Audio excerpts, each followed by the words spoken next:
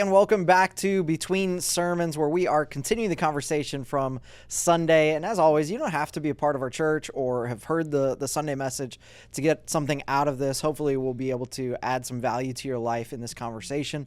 But if you would like to check out that sermon, you can do so in the show notes.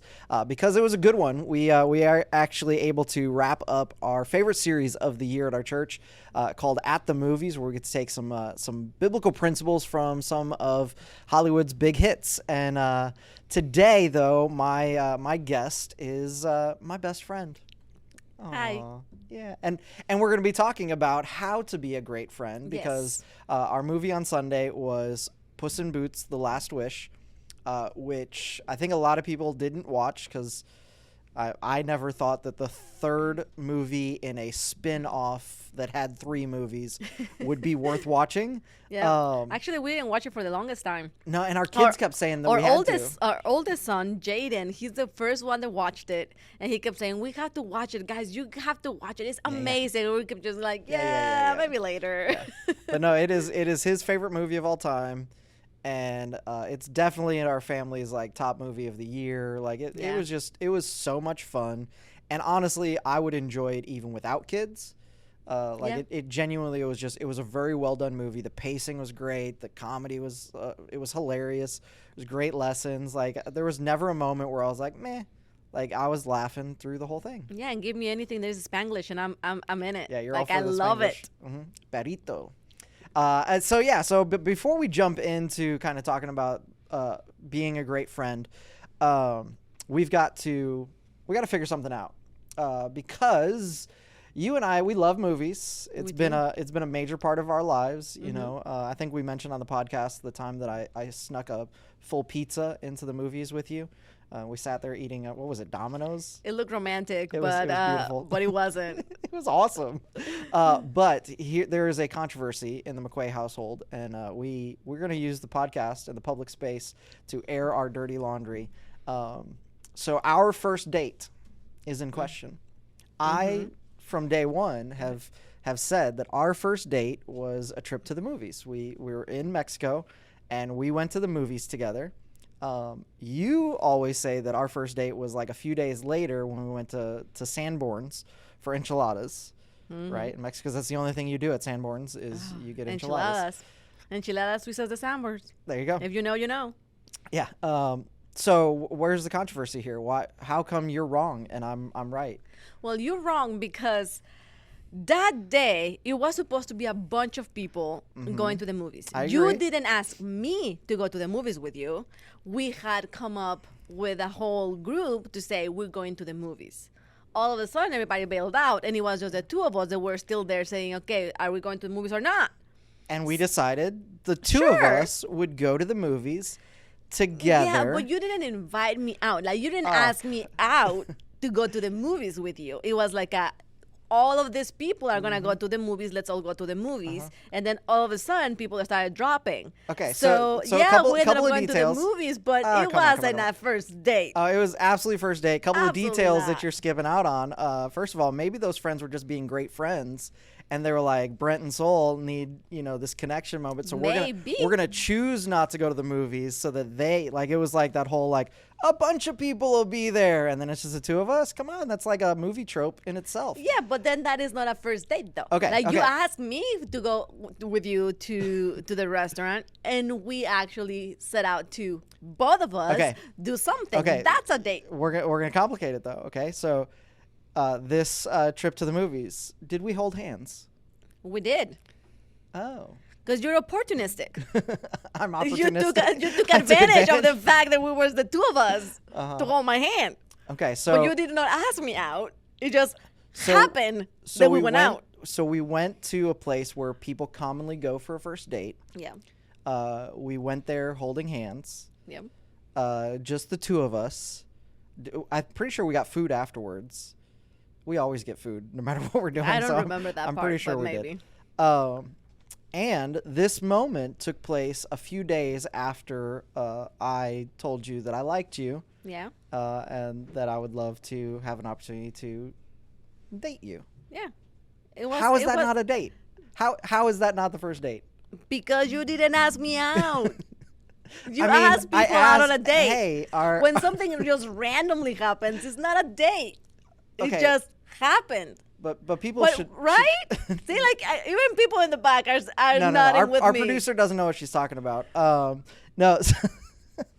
This is absolutely okay. If you're watching or listening to this podcast in a place that allows comments, let us know. Like Team Brent, Team Sol, is that a date? Is that not a date? It was not a date. I mean, come on. We were interested in each other. We knew we were interested in each other. I did ask if you're going to the movies. I would love to go with, and all of it. Like there was like this whole now he asked, and now he would love to go with. Okay, look, people have to understand I had no game. I mean, even telling you that I liked you, I'm pretty sure I wrote on like a little piece of paper something stupid and gave it to you. Yep. He wrote, "Estoy cayendo en amor contigo." Yeah. And I think I said, okay. Creo que estoy cayendo en amor contigo. Yeah.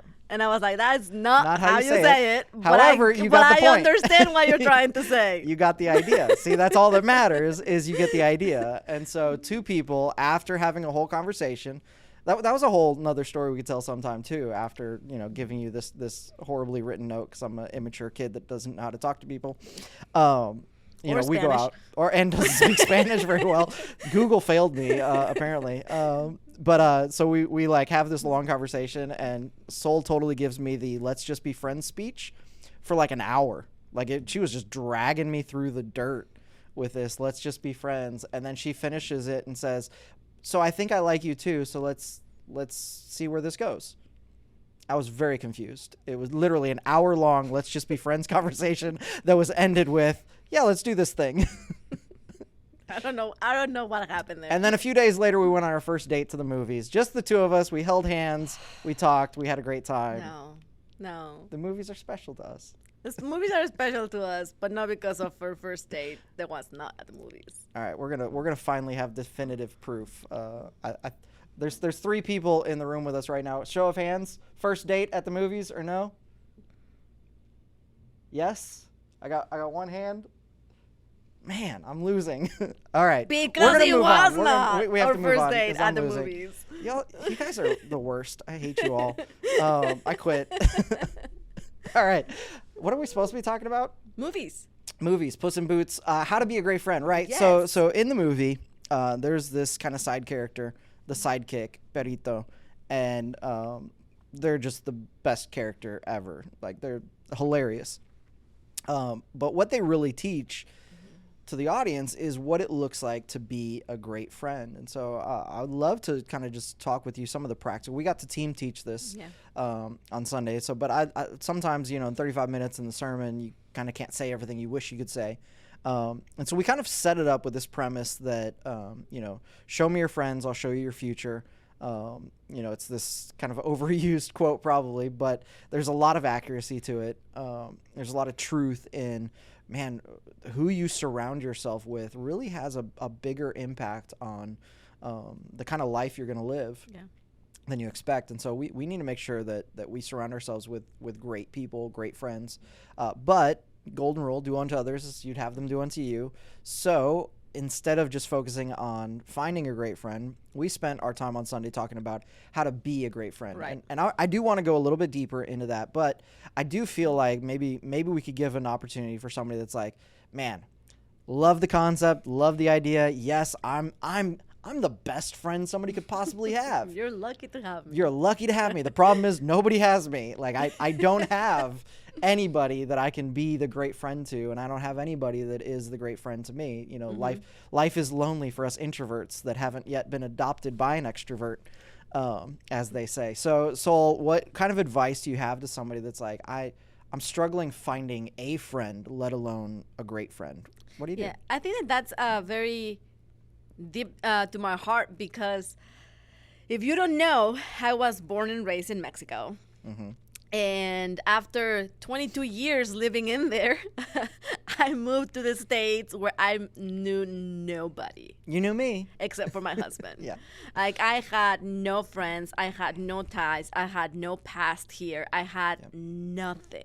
I think you have like a cousin that lives in Memphis or something. Yeah. But like here where we are, absolutely nobody.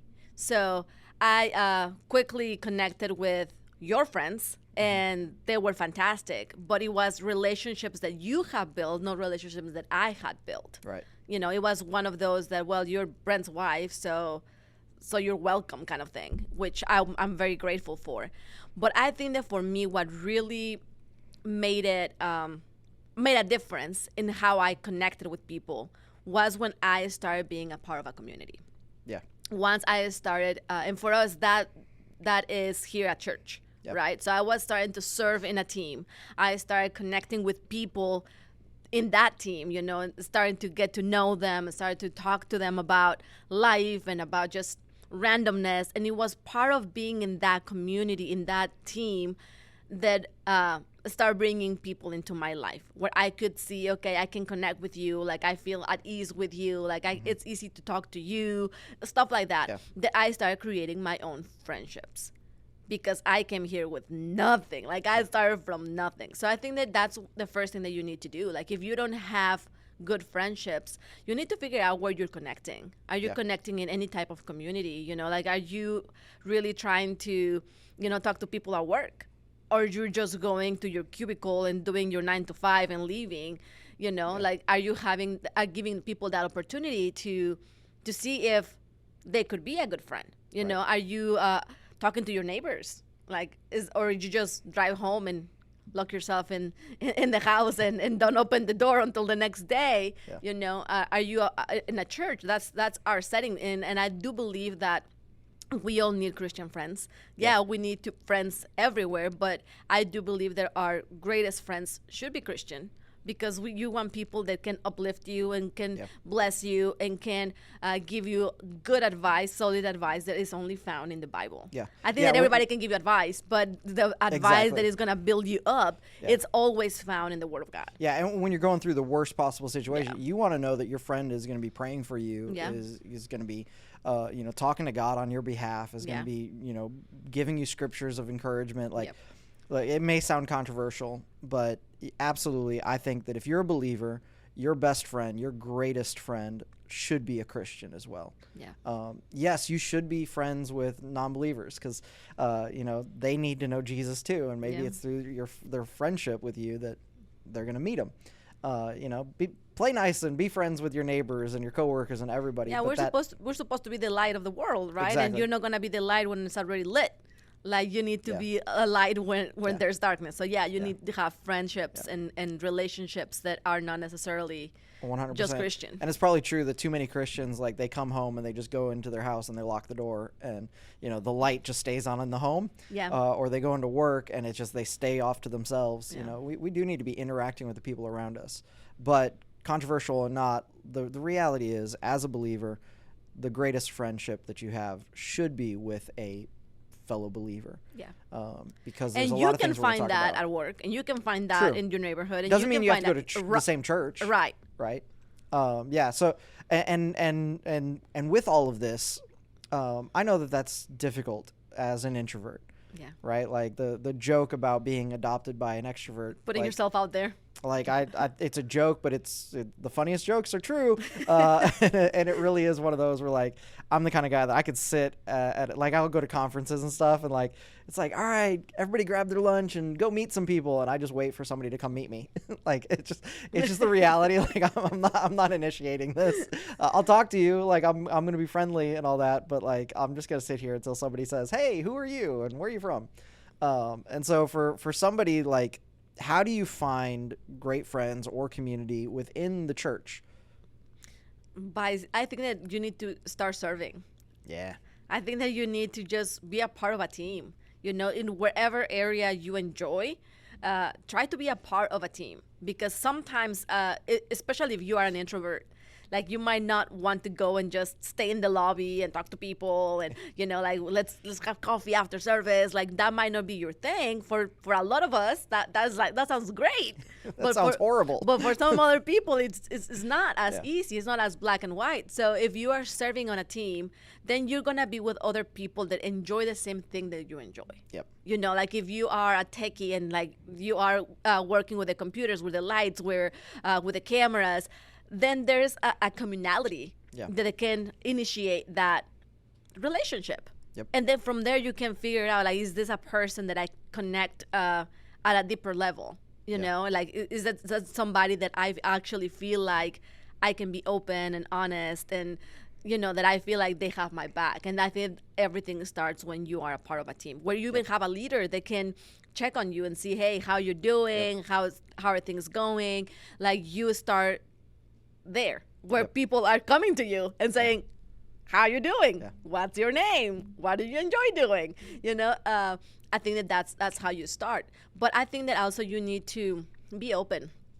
Sometimes we feel like our best friends should look like something, or like you have a prototype, you know, like this is my best friend. Needs to be trendy, and need to look like this, and need to be this age.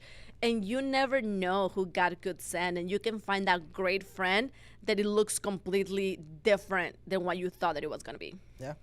You know, that it's older than you or even younger than you, that, you know, that it might not be as up to trends. You know, like I have a wonderful friend here at church, and she's older, but she's always calling me to see how I'm doing. She's praying for me. She gives me advice when I need it. Yeah. And I know that any moment that I have anything, I know that I can text her. I know that I can call her. I know that she's going to be there for me, that she's going to show up. Yeah. And she's not in my age demographic. She doesn't dress like me. You know what I'm saying? Yeah. And sometimes you kind of limit the people that can be in your life because you think that your friends should look a certain way. Yeah. And you block out people that could be amazing in your life. They can mentor you. They can truly show you what it is to walk with Christ, to be a good friend, to just be there for you. So don't limit that. No, I love that advice. And you know, so often we talk about, you know, serving, and it almost feels like, well, this is just what the church needs. Like the church needs more people doing more things. And yeah that's always true. But honestly, serving on a team is where you build relationships. Yeah. Like the greatest friendships I have to this day all came from, and not even just talking about serving on staff at a church, but like my best friend, we served in children's ministry together. As volunteers when he's like four years older than I am, but we served in children's ministry together. We served in youth ministry together. You know, I ended up becoming the youth pastor. He was one of my volunteers working with me. They've moved away, but like the relationship was built in this. We're around each other. We're serving. We're having a good time. We're laughing. There's a reason for us to be together, but then it starts to trickle out to, hey, you want to grab some dinner, or hey, you want to come over to the house, or you know, it just that relationship becomes more than just this is the person I serve with. Yeah. Now it's the person I'm doing life with. Yeah. And I think the more people that can get into these serving communities, these serving groups, the better. Yeah.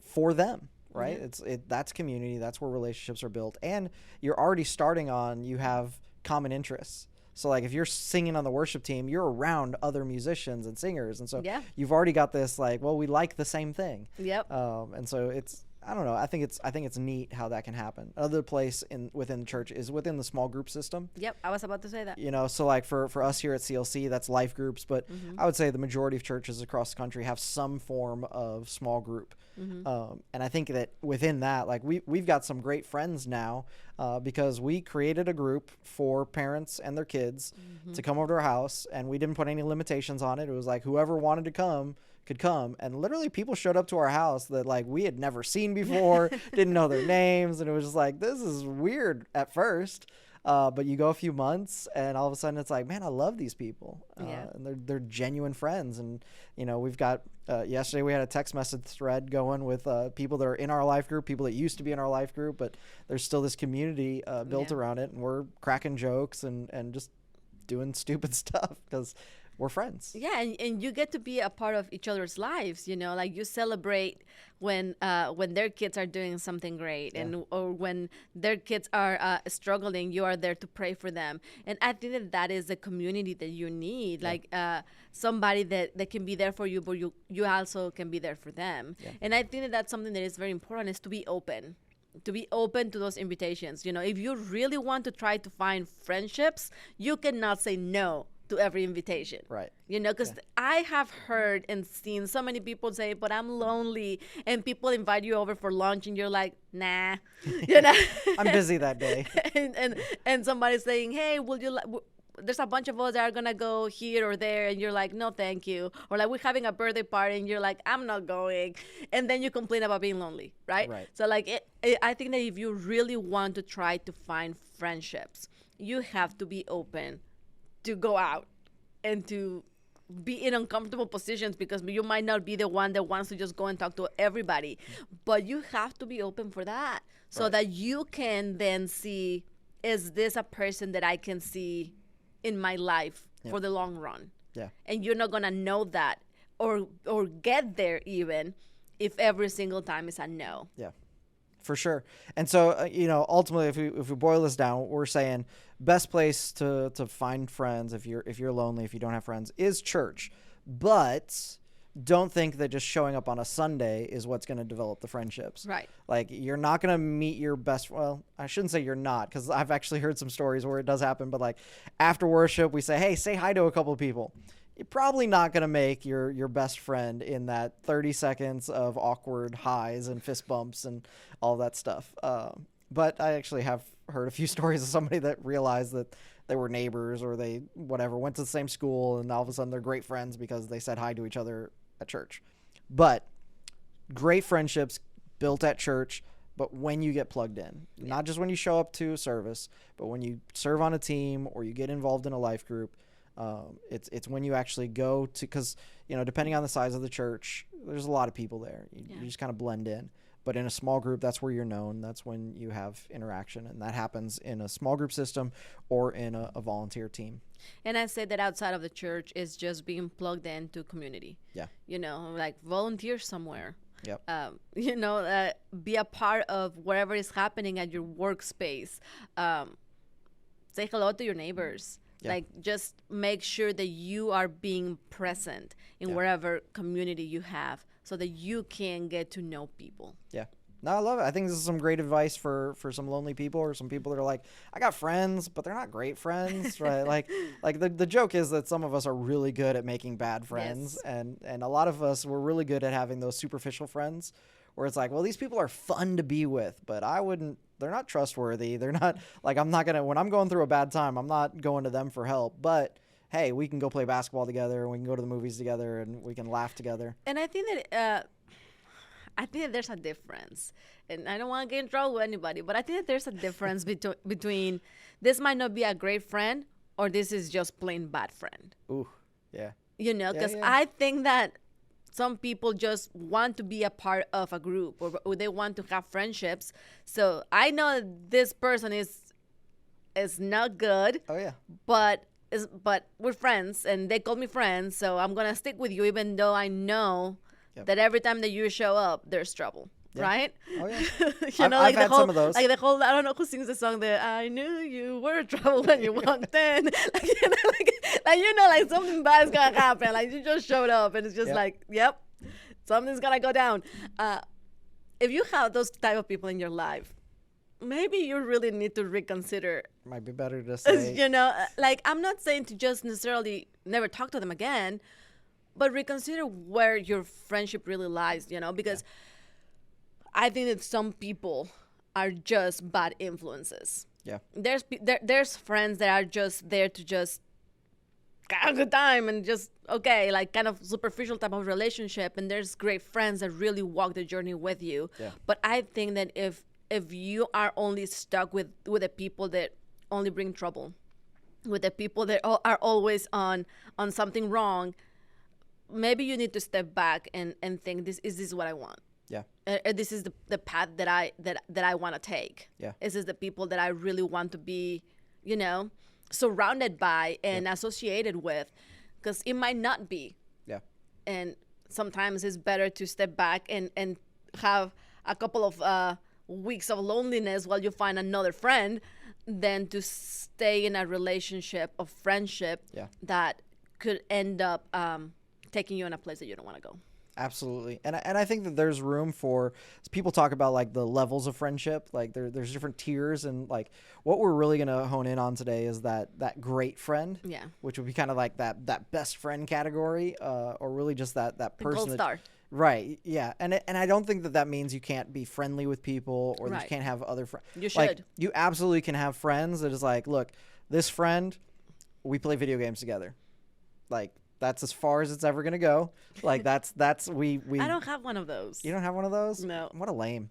But like, I'm thinking about some people in my life where it's like, yeah, there was seasons where it was like, yeah, we're friends because we crack jokes, we have a good time. But like, if there's a crisis in my family, they're not on the call list. Right. Right. Like, but it's not bad to have them.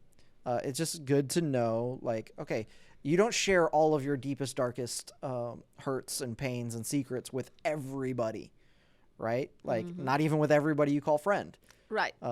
But there should be somebody in your life that is that confidant, that great friend that you can trust. And so let's kind of get into this a little bit more. Let's dig a little deeper into being the great friend now, because I think sometimes in being that great friend, you can even elevate the person that you're being a friend to that same status where it's like, you know, by selflessly loving them, they all of a sudden, it's like, man, I see how you treat me. I want to treat you in kind.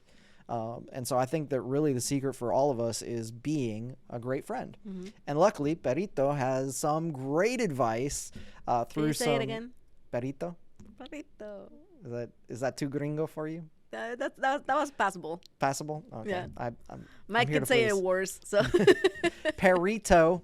I'm just gonna do Perrito for the rest of the podcast. Perritos. The Perritos. You're so special.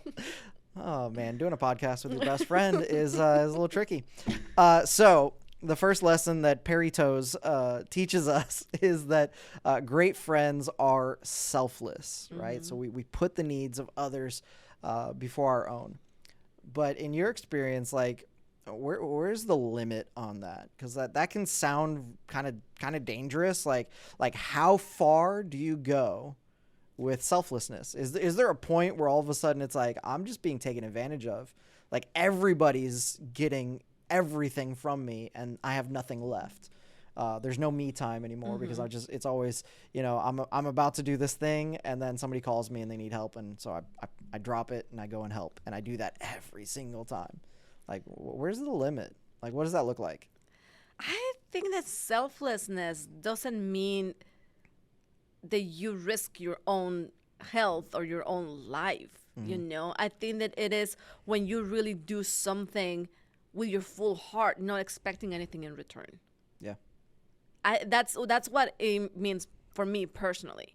You know, it's not that I'm going to give you 90% of my time and I'm going to run on empty, because then I am being disloyal to myself.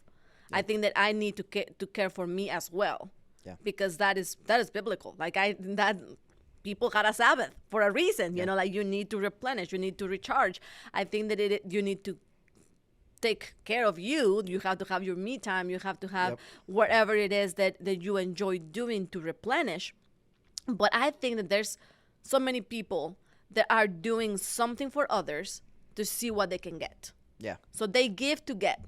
Right. And I'm like, if I give you 5 minutes, then next time you have to give me an hour. And then I give you. So it is like that. How far can I go and how much I'm going to get in return? I think that selflessness is when you give, even if they cannot give you anything back. Right. You know, like, I'm gonna be there for There's you. No expectation. Even if when I need it, if you're not there for me, that was not the point. Yeah. It was for me to be there for you. Like, it is not about what I'm going to get from you. Yeah. I think that's in my head, that is the image of selflessness. It is not about, I'm just going to be your doormat now and do whatever you want. Yeah. It is about giving with your full heart and never talking about it, you know, because there's so many people also that are saying, but remember that I did this for you, and remember that when I gave you that, and like, they are always telling you what they have done for you. Well, that I paid was for not lunch selfless. last time, so you got to pay for lunch this time. Or not even that, but just to make sure that you remember that they have done something. You know, like like the day that I paid for lunch for you. Yeah. Oh yeah, and the day that I showed up for you, like, you know, like, just so that you know, like, I owe this person something. And I think that is not selfless. I think that if you're going to be selfless, you're just going to do it, and you're just going to be quiet about it, and you're just going to do it with your whole heart, or just don't do it. Yeah. So I think that that is, to me, what is selfless. It's I'm going to give, and I don't expect anything in return. If something comes back, great. But if it doesn't, that was not the point. That was not the intention. Yeah. So I think that that's, for me, that's the difference. Yeah. It's like I'm going to do everything that I can that comes naturally out of my heart 100%.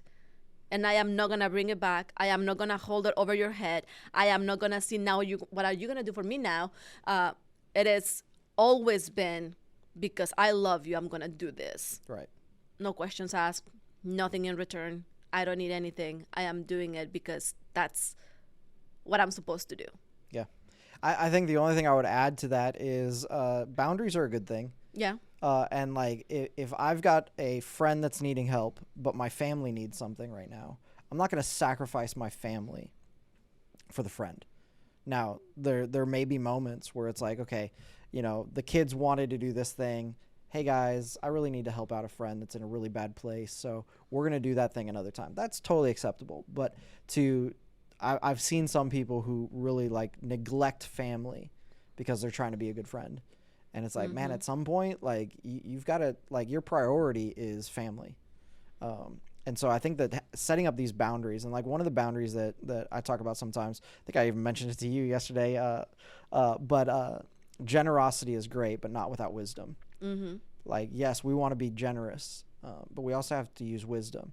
Yeah. And so unless the Holy Spirit is saying, give your last dollar, it's probably not wise to be generous when you don't have enough to cover the bills, right? And I put the caveat there of unless the Holy Spirit's telling you to, because he's the boss. But like on a regular basis, it's like, look, I have $100. I have a $100 bill coming up. My friend just asked for 50. Mm-hmm. Okay, well, if you that's not wisdom in that, unless you know that God's telling you need to do it anyways and trust Him and all. And I think that in that there's different things that you can do, and I know that this is just one example, you know, but if you know my friend needs money and I don't have the money to give you, but maybe I can selflessly try to figure out how can you earn some money. Right. You know, maybe I have some stuff in the house that you could sell. You know, like, let's do a garage sale. Like, I bring some stuff, somebody else brings some stuff, and we help you out that way. I got another friend that's looking for some work to get done. Maybe I can connect the two of you. You know, stuff like that you can still be looking out for them without you being irresponsible. Right. I think that is one of those that you're there for them, that you give, that you put them first in the sense that if you need something, I'm going to be there. Yeah. You know, that if you need somebody to talk to, I'm going to be there. Yeah. It doesn't necessarily mean that I'm going to be the one to meet the need. Exactly. But I'm going to be there. Yes. Through it. And that I consider your life important. You know, I heard somebody said one time, I don't even remember who that was, to put a 10 on everybody's head, you know, because they said that you treat people how you rank them. Right. Okay. So, and sometimes you have that's a 1. So like they get like barely any energy, and that person might be a 5, so it's like a little more respect and stuff, you know. But the 10s are like, well, no, like we go all out for the 10, right? Like you're gonna be respectful and you're gonna behave. So that person was saying, give every single person a 10 because everybody deserves that type of treatment, you know. And the way that you rank them, that's the way that you treat them. And I think that that's the selfless part, you know, that if you see everybody as a 10, you're going to treat everybody with such an honor and respect, and you're going to see them as above yourself in a way that is going to come out in the way that you treat them, in the way that you speak to them, in the way that you prioritize their needs, because it's a 10. Like I'm talking to a 10, right? So I think that is something that is important, but that doesn't mean that you don't make time for yourself. You need to make time for yourself, because you need to remember that you're also a 10. Yeah. Ooh. I like that, Sol. I like that. I'm a 10. I'm a 10 too. Okay, so let's get into, this is probably your bread and butter, this one, because Perrito's taught us that great friends are positive. And of all the people around me, I gotta say you're probably the most positive, or one of the most positive. You are always a half glass full kind of person, which sometimes creates some tension because I'm a realist. So it depends on if you're putting water into the glass or you've been taking water out of the glass. Yep. So it's half empty if you've been drinking it. It's half full if you've been filling it up. See? Realist. People never know how to answer that question, but you got to know which direction the water's going. But as a perpetual half full kind of person, what is being positive in these relationships look like? Because we use a scripture that said, "Let no unwholesome talk." I forget what translation we used. It was a different translation than that, but don't say anything bad. Don't say anything bad. The translation that I usually quoted is the "Let no unwholesome talk." So don't say anything bad. Is that literal? Like, I can never say anything bad. Like, how do I be positive, but like if there's a bad situation going on, or like you're doing something wrong, like how? Yay, that was a really bad idea. Like, how are you positive in those moments? I don't think that it is about being positive in all moments. I don't think that's a thing. Realistic? I don't think that's a thing. I think that there's times that you have to have tough conversations, but I think that you can still do it in a way that feels helpful. Mm-hmm. I think that negative people, the problem is not that they're negative, because there might be some stuff in there that it's true. You know, if somebody comes and say, hey, like, this didn't work, was that just, no, you're just being negative, or that thing just didn't work? You know, I think that is sometimes the fact that the way that you say it is more of I'm just criticizing everything. I'm just trying to kind of poke, try to sow a seed that it is not the right one. Yeah. Because I think that in everything that we do, there's always room for improvement. Like in all of your relationships, and in the way that you manage your finances, and the way that you manage the church, and the way that you manage your family. Like, there's always room for improvement, you know? And if somebody comes to say, hey, I think that your kids spend too much time on the television, I could take a moment back and say, maybe they do. And it's different than if somebody comes and be like, well, their kids are always on the TV. Like that's just not good. Right. There's a different, like, it can be the same thing, just said differently. And I think that being positive, it is not just saying everything is great, because sometimes not everything is great. Yeah. It is how you approach it. And I think that when you just come at it as a gossip, and as a criticism, and as we just want to point the bad stuff because that's what we do. And are you really trying to build up, or are you just trying to tear down? Exactly. And I think that when you're wanting to build up, even if it's a criticism that it kind of hurts, you can take that and you can do something about it to get better. Yeah. But when it is just about tearing down, then you just feel tear down. Right. And you just feel on the ground afterwards. Yep.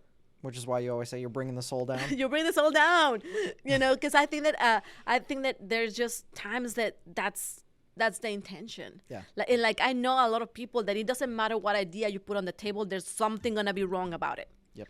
And then you just feel like, why should I even bring any ideas if I know that you're just gonna say no, or you're gonna tear it down, or you're gonna find a fault in it? Yeah.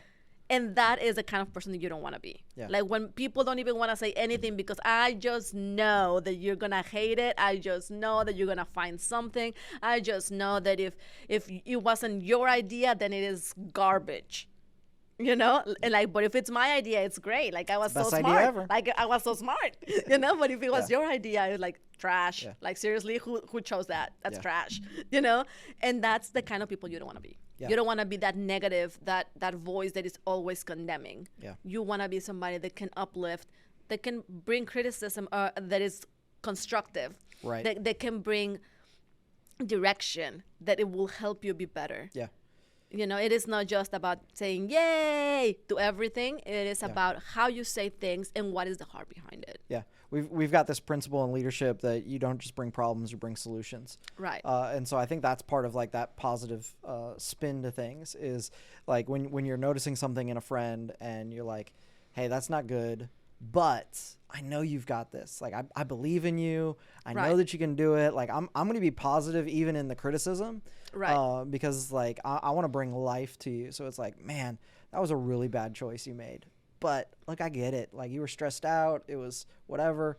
But I just want you to know, like, you've got this. And here's something you could have done instead. So, like, even having that positive spin, it's funny when we talk about this. It's reminding me of one of my favorite movies, which you hate, which is Robin Hood Men in Tights. It's such a great movie, but dumb. there's a moment when the sheriff is he says something about, I've got bad news, and he's like, I don't want bad news, just give me good news. And he's like, well, it's bad news.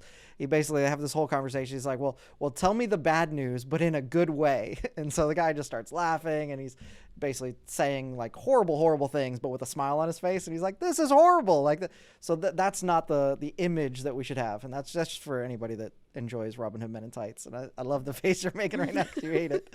But think of that moment. Like, that's not what it is. It's not just coming in and putting a smile and putting perfume on a dirty pig, as people down south would say. Like, it's really truly looking for that, I don't know, that positive edge to it. Yeah. Of hey, this was bad or this is wrong, but I believe in you.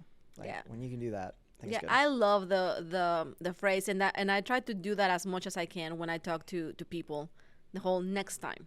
Yeah. Yeah. Like, maybe this time was awful, but next time maybe do it this way. Yep. Or next time you can try that. Yep. So that it is not this is the end of the road. Like, yeah, maybe this didn't work, but next time it can work. Yeah. So that it puts a different mindset on us to say, I can try again and I can succeed. Yeah. Instead of just saying it was bad, just quit it. Yeah. Like, you have no future in this. Just move on. No, like, this didn't work. Next time, let's do it this way. Yep. Next time, let's tell people stuff in this manner with this tone. Yeah. Like, I even say that to the kids. Well, maybe next time, ask first, or maybe next time, Yep. Don't respond like that. Stuff like that will help you to bring the positive in it. Yeah, I like it. All right, so point number 3, Perrito's taught us that great friends. I love the smile that you have every time my horrible accent, my Perritos. Perrito teaches us that great friends give perspective, and perspective really is such an amazing thing. I'm always blown away at perspective because it's looking at the same exact thing but seeing something totally different, and we see that throughout ministry and life, and the perspective differences is absolutely incredible. But here's the challenge that I find is when I'm trying to give a new perspective to something, how do you make it so that perspective, it doesn't come across as I don't know, pushy, or like you're being a know-it-all, like, oh, let me tell you how it really is, or even the danger of giving somebody a new perspective without making it trivializing or minimalizing the pain that they're going through or the situation they're going through. I think some people get in this tendency of like, oh, what you're going through isn't that bad. What I went through was way worse. Oh, I hate that. Oh, it's the worst thing I know ever. I know that hate is a very, very strong word. No, it's but accurate for this one. It's appropriate for this goodness. one. But how do you help give perspective to somebody without being that guy? Yeah. Ooh. It's hard. It's hard. But I think that you need to pray. Always. I think that you need to pray. We're about to go into a series about praying first. But I do think that you need to pray about it. I think that you need to ask God to open the door. Yeah. There's a lot of times that I see things and I'm like, Lord, if you're not literally telling me that to go and say something, I'm gonna have to wait. If you ask me, you unleash the soul, and I will tell you everything you want to know, and some things you don't want to know, and something that you don't want to know. But I think that you need to pray and to ask God to show you how to say it. And I think that it is all about timing. Timing. Because just because you have the right thing to say doesn't mean that the moment is right. Yeah. They might not be ready to hear it. Because you might see everything you want to see, and you could be 100% correct. But if you say at the wrong time, it's still going to be the wrong thing. Yep. So I think Agreed. that you need to be very sensitive to the situation. I think that you need to be really sensitive of the person, like really pay attention what is going on around, and figure out where is the right time, and figure out how is the right way to say it. Yeah. Because you can say something that is good, but if you say in a way that is not positive, in a way that it is not uplifting, still gonna be the wrong thing to say. Yeah. So I think that it is very delicate. It is a very delicate thing, because just because you see it and you're right doesn't mean that people are ready to receive it, or that is the time, or it was the way to say it. Absolutely. Couldn't agree more. The only thing that I would add to that, and I love that response, but humility comes into play. Like, because he even said something like, you may be right. Well, you may also be wrong. And so when offering a different perspective to somebody, do it with the humility to say, hey, maybe I'm off, but have you considered looking at it this way? And you're giving room to say, look, I'm not the know-it-all. I'm not the one that knows your life better than you know your life. Yeah. But as somebody on the outside, I'm looking at this thing, and maybe there's another way that we could look at it. Yeah. And when you come with love and humility, I think that it can cover up a lot of misspoken words or just the wrong time, missing the timing. Like, yeah, but if you did it with love and humility, it's okay. Yeah. And I think that also, and I know that we're talking about friendships, but I think that you have to make sure that you have a good rapport with a person. Yeah. You cannot give perspective to somebody that you don't have a full relationship with. You're not giving perspective to a stranger. Like, no. Yeah. Like, you need to have built that relationship enough so that when you say something, even if it's the wrong thing, the person can accept it, that there is openness. Yeah. Because I don't want just a random person to come and tell me stuff, even if they are right. Because even if they are right, it will just sting. And they'll just be like, how dare you? Yeah. I mean, how dare you tell me that I'm wrong when I'm wrong? It doesn't happen to us as often anymore. But you remember how many times when our kids were young and we're in like the grocery store and we would get unsolicited parenting advice from complete strangers. And it was like, look, even if you're right now, like, who are you? Like, these are my children. And you're coming in and telling me that, I shouldn't buy them that thing. Okay, who are you? It's not your money. Get out of here. Yeah. No perspective. It's got to be built out of relationship. Yeah. Okay, I like that. So I think that that is very important. And I know that you're trying to be a great friend, but first make sure that you have earned yourself the right to speak in those situations. And I think that again, if God is telling you to say something, go for it. Then you obey God. Yeah. But if it's not that, if it's just something that you have observed, it's something that it's glaringly obvious, it might not be glaringly obvious for that person. Right. So make sure that you are sensitive to that. And I would say when in doubt, just ask. Like if you don't know that you have that relationship yet, like I've been in that place before where it's like, Can I tell you something? hey, look, I know we're friends. I just don't know that we're that level of friendship. But there's something that I've been noticing, and I would love to help you with this if you're open to it. And most of the time they're gonna say sure, but sometimes they might just say, you know what, no. And to even say, and if I'm wrong, exactly. That's humility fine. again, yeah. Like like if I say something, you're like you're cuckoo crazy. Yeah. I'm okay. Cool with that. I'm just Yeah. When in doubt, ask. Yeah. No, I like it. All right, we got two more. Great friends show up. What does it look like to show up? Okay, so you're a mom, you're a pastor, you work full time, you're a wife, you're managing the house, like you're busy, like very busy. Like we had to sit down with our calendars to try and figure out like a dinner that was available. Like it's so busy. Okay, so in the busyness, how do you still show up for your friends? I think that you always make time for what you consider important. And you can make time for wherever it is that you say, I really want to go watch this movie. So I'm going to see, like, I have 2 hours in this time. I'm going to go to that. Somehow in our busyness, we saw the Barbie movie. We saw the Barbie movie. You know, it's just, like, you always make time for the things that you consider important. Mm-hmm.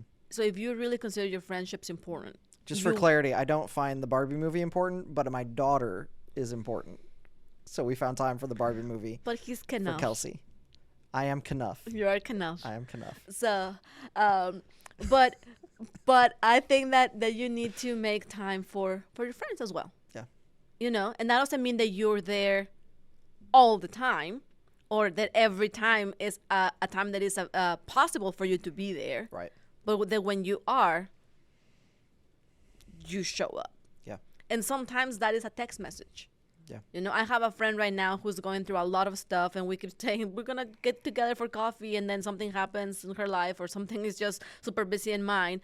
But I even put an alarm on my phone to text her every now and then, say, hey, how's everything going? Yeah. You know, because I know she needs somebody to check on her. Yeah. To see how you're doing. And I know that if when I you just get busy, you'll forget it. You'll forget it. So I have an alarm on my phone that says, hey, text this person at this time. Yep. And then I text her. Like, as soon as the alarm goes off, I take 2 seconds and I text, hey, how you're doing? Yeah.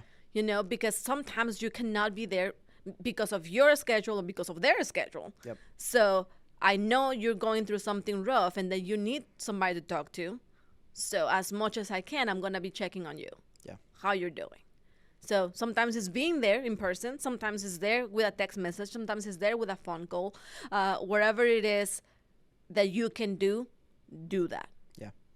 You know, and I think that if these people in your life really know you and they know what you have going on, they will appreciate that wherever it is that you can give. Yeah. I think that was some fantastic, just practical advice. Like, set an alarm. Like, we've used technology to your advantage. Yes. But yeah, and it's, to me, it's like, it's not fake, or it's not whatever, you know, to have this reminder to reach out to somebody. Some people could over schedule their lives, where it's like, I was the victim of this, where somebody was like contacting me every third Tuesday at 4:05 p.m. And it was like, I could see the text message history where it was like Tuesday at 4:05, Tuesday at 4:05, Tuesday. I'm like, he has an alert I need to text Brent. And it made it feel less genuine. Right. But I think that there is a way to utilize the technology to say, look, my life is really busy right now. This person is important to me, but I know that I'm going to get so sidetracked with all the other things going on that I need to set a reminder to reach out to them. And I'll do that a lot of times. Like at the end of the day, just trying to think through, okay, what's going on tomorrow? I'll just open up the reminders app and I'll just type in all the stuff in the reminders, set it for 10 a.m. or 9 a.m. or whatever time I know I'm going to be looking at my phone. And then that thing goes off and it's like, okay, yeah, I need to text this person, call this person, email this person. Yeah. And it helps me, because if I don't do that, then the morning comes and, you know, you forget. Kelsey slept in our bed and now I'm uncomfortable, and, you know, the dog is tearing up something, and it's like, always. Yeah. Just lifes. Yeah. And like, life is real. Like, being busy is real.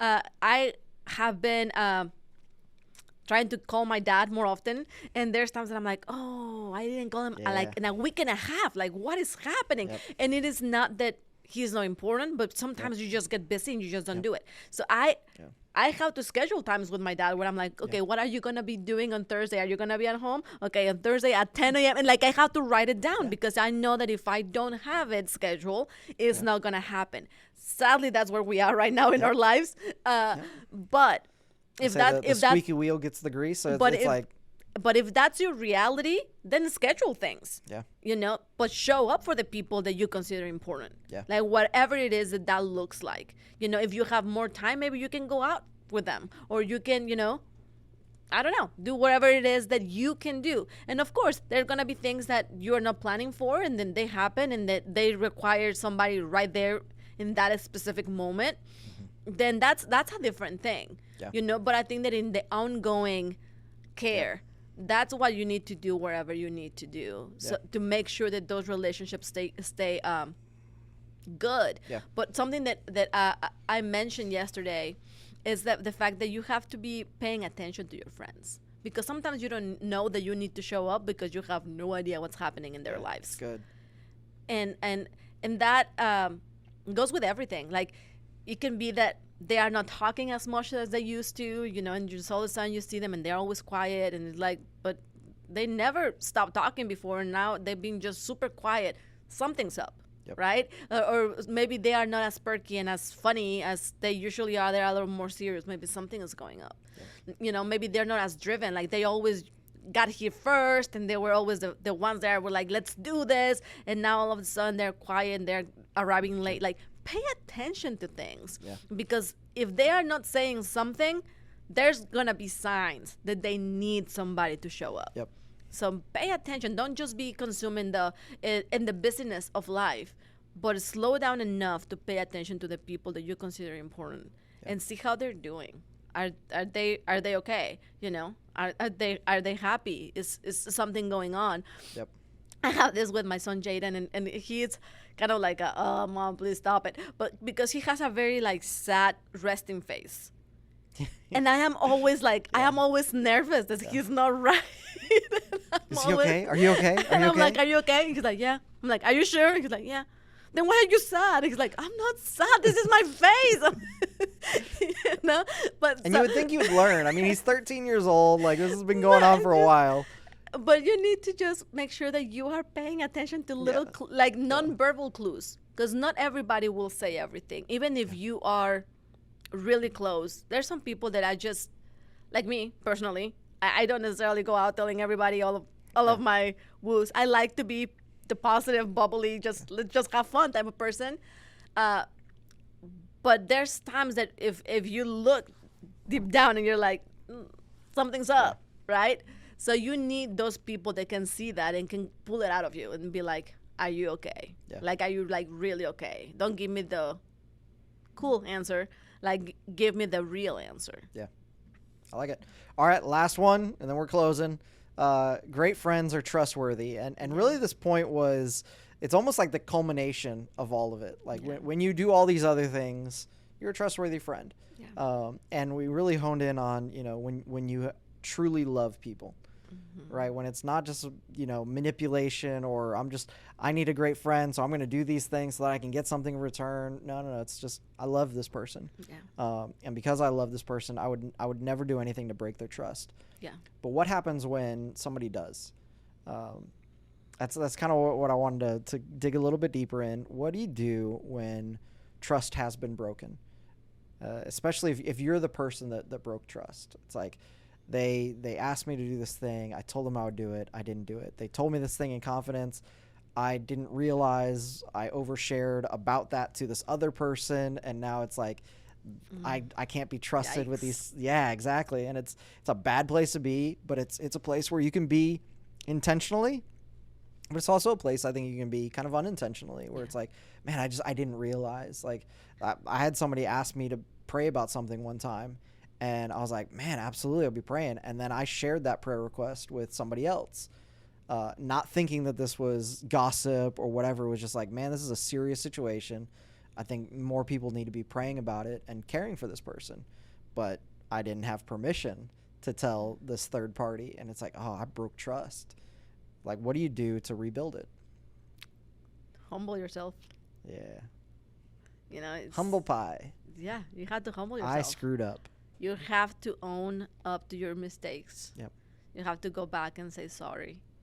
Yep. You know, and it's not and like a true sorry. You know, like not the sorry if you felt like. Oh, I hate that apology. Like, not like that, but really owning to what you did to break that trust. You know, like, sorry, I shared something that was not mine to share. Yeah. And from that moment on, working hard to prove that has changed. Yep. You know, because just because you say sorry doesn't mean that the person is going to turn around and trust you again. Right. Or at least not right away. Yep. So sometimes it happens. Yep. Sometimes it doesn't. So you have to be humble in that. And not even bring it back to that person to say, well, since I just made one mistake and now you don't tell me anything. Well. Yeah. That's how that works. That's exactly what it is. Yeah. You know, you have to be humble You need to build that up. Yeah. And you can be 100% repentant and do as much work and still take a lot of time. Choose not to. Yeah. And I think that is just understanding that trust can be broken in 1 second. Yeah. Trust is one of those things that takes forever to build, but it comes apart in a moment. Yep. So understand that for other people, because that's what will happen to you. Yep. So, like put yourself in the other person's shoes and say, okay, if that was me, that somebody did that, how would I respond? Like, what would I just be like, oh yeah, no big deal? Yep. Or will that hurt? Yeah. And just allow the healing process to take place. Allow the relationship to be rebuilt. Work hard for it. Yep. You have to work hard for it. If you really consider this relationship important and you have really blown it and you just did something that was so awful, or maybe it was just a little thing that it wasn't even that big of a deal. Yeah. Right? I've been there too. But it's like, why are you getting so upset? But still, like, that was something that was offensive and something that broke the trust. If you really consider this relationship important, you're gonna put the work to get back up. Yep. I love it. Put in the work. Yeah. What happens when your friend has broken the trust? Second chances, third chances, fifth chances, eighth chances? What do you? Where's the line for Sol? Like, somebody has broken trust. Do you ever trust them again? And how do you go about doing that? Honestly, I am a hard person. I'm a hard person. It is not easy. You're a one and done. Not necessarily. It's not like that. It is very hard for me to trust. Yeah. It is very, very hard for me to trust. And honestly, I think that it like therapy session, like I feel like I need a couch now to lay down. Welcome to the podcast. Welcome to my my psychic evaluation. No, but I do think that it was my mom. She never wanted to share anything. Like, she always said, whatever happens in our house stays in the house. Like, nobody knew anything. Nobody knew if we had money or if we didn't have money. Nobody knew if we were struggling or we were not struggling. Nobody knew if there was a fight or there was not a fight. Nobody knew if her kids were good Christians or were bad Christians. Like, nobody. Yep. Like, she will not talk to my grandma about it. She will not talk to any of her sisters about it. She will not talk to anybody about anything. Yep.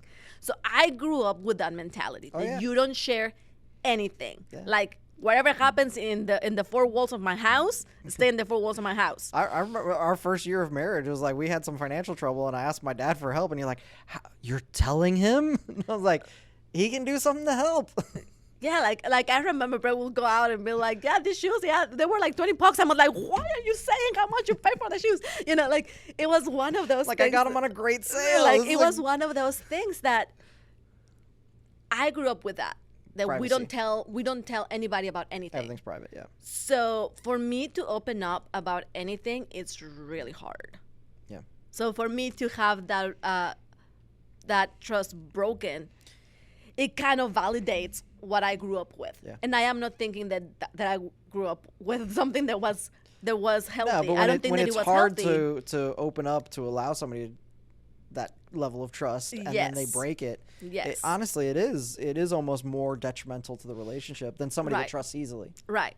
So, like, I don't discard people. Like, I don't just break relationship. I don't even complain about them, like, oh, you hurt my feelings and broke my... Like, because I am not that person either. Like, I am a complicated person, people. Pray for Brent. Welcome to my life. Pray for Brent. I am a very complicated person. So, but I noticed that after I feel like somebody has done something, I kind of pump the brakes a little bit in how much I can share. Yeah. And we're still good, and we still talk, and we still, you might know a little bit of things here and there, but I don't open up as much anymore. Yeah. And I don't, nobody has ever told me if they noticed it or not.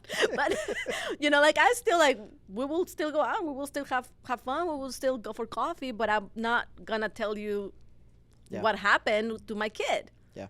You know? So I think that I go back to superficial really quickly. Gotcha. So I think that is where I am. And I think that seeing the people that have stayed in my life and that have been trustworthy, I think that's what I value those people so highly. Yeah. Because I know that I could be open and I could be raw and I could say the wrong things and they still view me the same way. Yeah, they earn that space in your Yes, that I can come and say, I'm struggling with this, or I need you to pray for that, and that they do just that and don't put me in a different category because of it. Yeah. And I think that that's why those people are so important to me. And sometimes getting there with a new person is really hard. Yeah. But I try to be that for other people, you know? So yeah, it's hard. Like, I don't necessarily think that it's a one and done. I don't think that it is we're not friends anymore. I think that it is just it's gonna take a while. It's gonna take a while. It's gonna require some conversation too. Yes. Like you've got to be able to talk about it. Like right. Because how that conversation goes to me is where the opportunity for that friendship to continue is found or grow. And I know, right. I know this. But it's all this, found. Dr. Brent. Just do the thing that I'm telling you to do. This is counseling with Brent. Like, that was a dumb thing to do. Stop doing it. No, but like that conversation becomes so vital. So like, in that conversation, if they're defensive or if they say, well, it's not like you're saying it at all. It's not that big of a deal. Like for me, it's like, oh, you just invalidated yourself as my friend that can be trusted. Right. But if you're like, man, you broke my trust, and the other person is like, I know, it hurts, and I'm so sorry, and I will do anything I can possibly do to fix this. And there's a genuineness to their talk. Like I had a friend that stole money from me. And this is a really good friend. Kelsey? Kelsey steals money all the time. Friend? Kelsey has this if I see it, it's mine mentality, like finders keepers, even if she finds it in your wallet, like with your ID on it. What was this? Where did you find $2 in Jadon's room? And Jadon is like, that's my money. I found this $20 bill in Bennett's drawer. I don't know who it belongs to. But now I have I got $20. Yeah. No, but so this person, not Kelsey, stole money from me.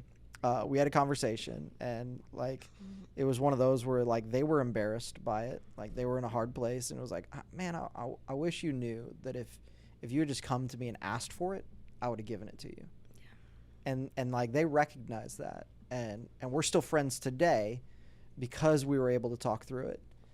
And so for me, it's like it's that conversation, and it's almost like you and I are like we're a little bit different, like. You said you pumped the brakes. Yeah. Like you said you pumped the brakes. Like I just cut it off. Like it's just like based on that conversation. That conversation goes poorly. Nah, we're done. Like I don't need you. You don't need to be a part of this. And it's very harsh. And I know it's harsh. But I trust very easily, very quickly. And if that trust is broken, we talk about it. How that conversation goes depends on whether 20 years later we're still friends, or 20 minutes later we're no longer friends. Like it's one of those. Yeah. But I think that's, for me, that's the healthiest approach of let's talk about this thing. Because sometimes what I think or what you think, they're different. Like the friend that I broke their trust when I shared a prayer request with somebody outside of the circle. It was like, man, I didn't even for a moment stop to think that I shouldn't do this. Like it didn't dawn on me. So like there was no malice in this, but I recognize I shouldn't have done this. Mm-hmm. And because of that, we're able to have a good relationship. But it was one of those where it was like, I messed up and I didn't even know I was messing up. Mm-hmm. But if we didn't have the conversation about it, you would have been mad at me and I would have had no idea why. You know, so got to have the conversations. Talk about the hard stuff. That's what great friends do. Hard stuff. Yeah. All right. It's not fun. Yeah. Great times. All right. Great movie. Great lessons on how to be a great friend. Yeah. We all need them. We cannot do life alone. We need to be them. Yeah. And I think that's something that you need to understand. No matter if you consider yourself an extrovert, an introvert, wherever you think that your personality type is, you need people in your life. Introverts need friends too. And that doesn't mean that you need 50 people. Yeah. But you need to have somebody. I love it. It's beautiful.